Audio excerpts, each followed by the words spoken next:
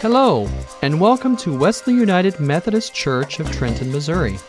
Our church is located at 113 East 9th Street, which is on the corner of 9th and Washington in Trenton, Missouri.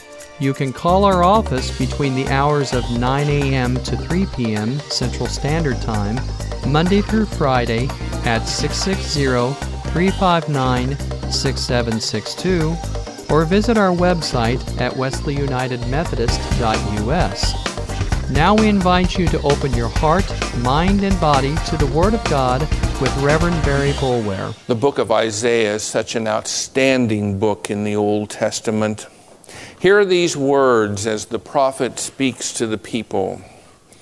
What he is saying and how he sets this up in an earlier passage is that the day is coming when the desert and the parched land will be glad. The wilderness will rejoice and blossom. Like the crocus, it will burst into bloom. It will rejoice greatly and shout for joy. The glory of Lebanon will be given to it. The splendor of Carmel and Sharon. They will see the glory of the Lord, the splendor of our God. Strengthen the feeble hands. Steady the knees that give way. Say to those with fearful hearts, be strong, do not fear. Your God will come. He will come with vengeance, with divine retribution. He will come to save you. Then will the eyes of the blind be opened, and the ears of the deaf unstopped. Then will the lame leap like a deer, and the mute tongue shout for joy. Water will gush forth in the wilderness and streams in the desert. The burning sand will become a pool, the thirsty ground bubbling springs. In the haunts where jackals once lay, grass and reeds and papyrus will grow. It will be called the way of holiness. The unclean will not journey on it. It will be for those who walk in that way. Wicked fools will not go about on it. No lion will be there, nor will any ferocious beast get up on it. They will not be found there. But only the redeemed will walk there, and the ransomed of the Lord will return.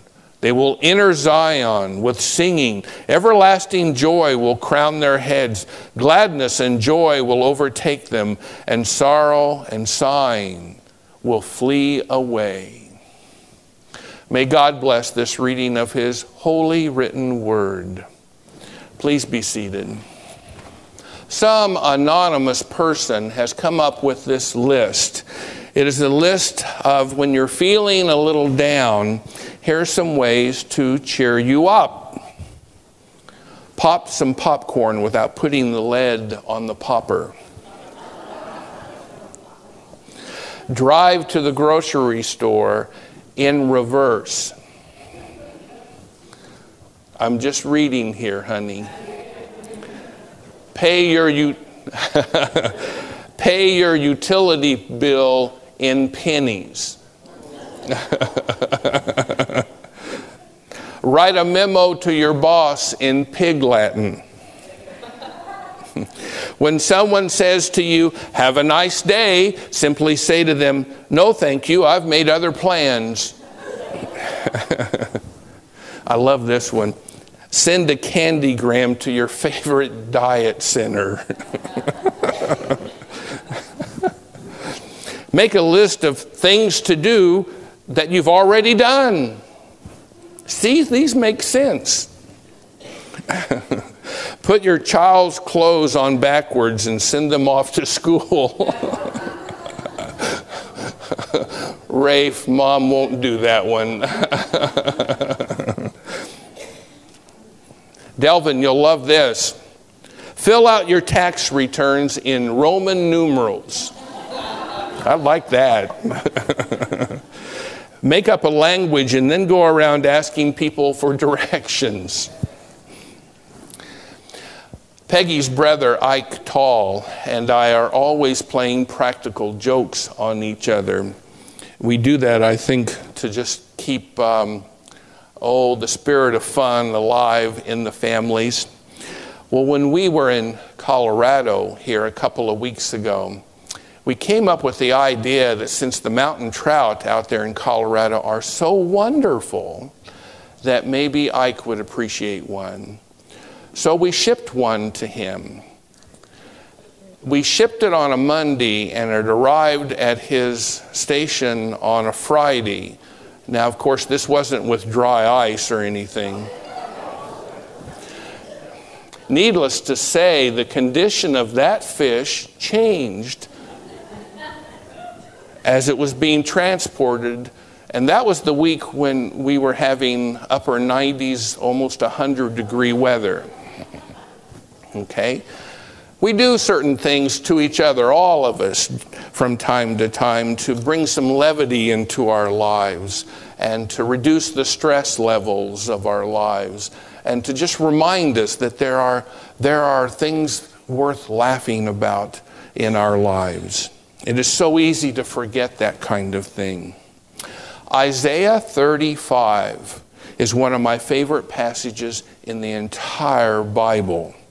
It says that someday the desert will bloom with all kinds of beautiful flowers, and there will even be streams of water. And the translation that I read this morning, the NIV, says the water will gush down the desert. Streams of living water will be gushing through the desert. Now, I've never been to the Holy Land, but we've all seen pictures of it, and some of you have been to the Holy Land.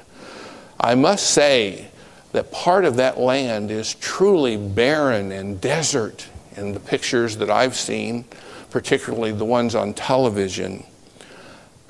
Imagine crocus and other flowers just blooming overnight in the desert, and streams of water flowing throughout that desert. But the passage goes on to say even more things are going to happen that are seemingly improbable. It says that someday those who are blind will see, and those who are deaf will hear, and those who are crippled will dance. And all of this will happen, it says, when God comes to rectify the injustices of life and to heal the brokenness all throughout creation. But what I really want to call your attention to this morning from this text is what Isaiah says after he sets the stage for all of this imagery.